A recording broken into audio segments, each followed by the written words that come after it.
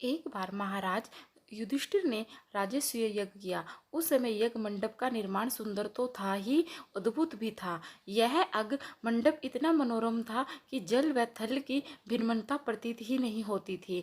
जल में स्थल तथा स्थल में जल की भांति प्रतीत होती थी। बहुत सावधान करने पर भी बहुत से व्यक्ति उस अद्भुत मंडप में धोखा खा चुके थे। एक बार कहीं से टहलते टहलते दुर्योधन भी उस यज्ञ मंडप में आ गया और एक तालाब को स्थल समझ उसमें गिर गया।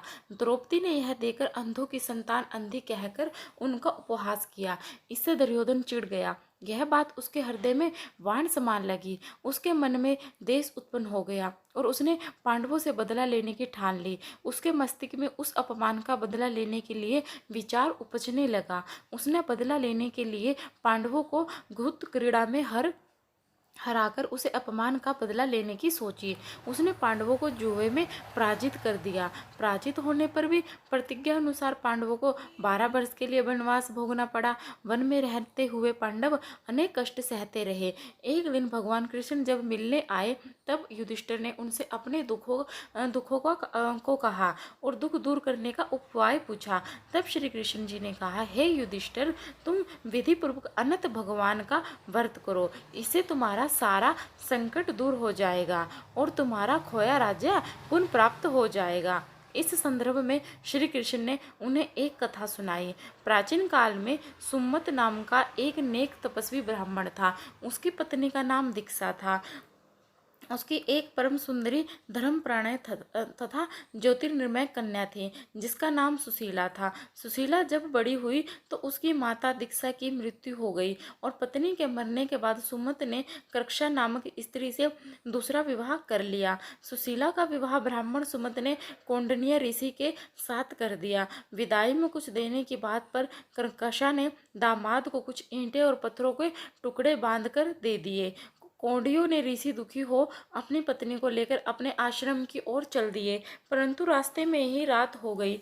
वे नदी तट पर संध्या करने लगे। सुशीला ने देखा वहां पर बहुत सी स्त्रियां सुंदर वस्त्र धारण कर किसी देवता की पूजा पर रही थी। सुशीला के पूछने पर उन्होंने विधि पूर्वक अनंत व्रत की महत्मा बताई। सुशीला ने वही उस व्रत का अनुष्ठान किया और 14 गांठों वाला डोरा हाथ में बांधकर ऋषि कौंडिन्यों के पास आ गई।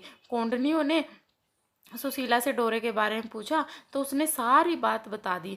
उन्होंने डोरे को तोड़कर अग्नि में डाल दिया। इससे भगवान अनंत जी का अपमान हुआ। परिणामत ऋषि कौंडिन्य दुखी रहने लगे। उनकी सारी संपत्ति नष्ट हो गई। इस दरिद्रता का उन्होंने अपनी पत्नी से कारण पूछा तो सुशीला ने अनंत भगवान को डोरा जलाने की बात कही। पश्चाताप करते हुए ऋषि कौंडिन्यों के अनंत डोरे की प्राप्ति के लिए वन में चले गए। वन में कई दिनों तक भटकते भटकते निराश होकर एक दिन भूमि पर गिर पड़े। तब अनंत भगवान प्रकट होकर बोले, हे कौंडिन्य, तुमने मेरा तिरस्कार किया था, उसी से तुम्हें इतना कष्ट भोगना पड़ा।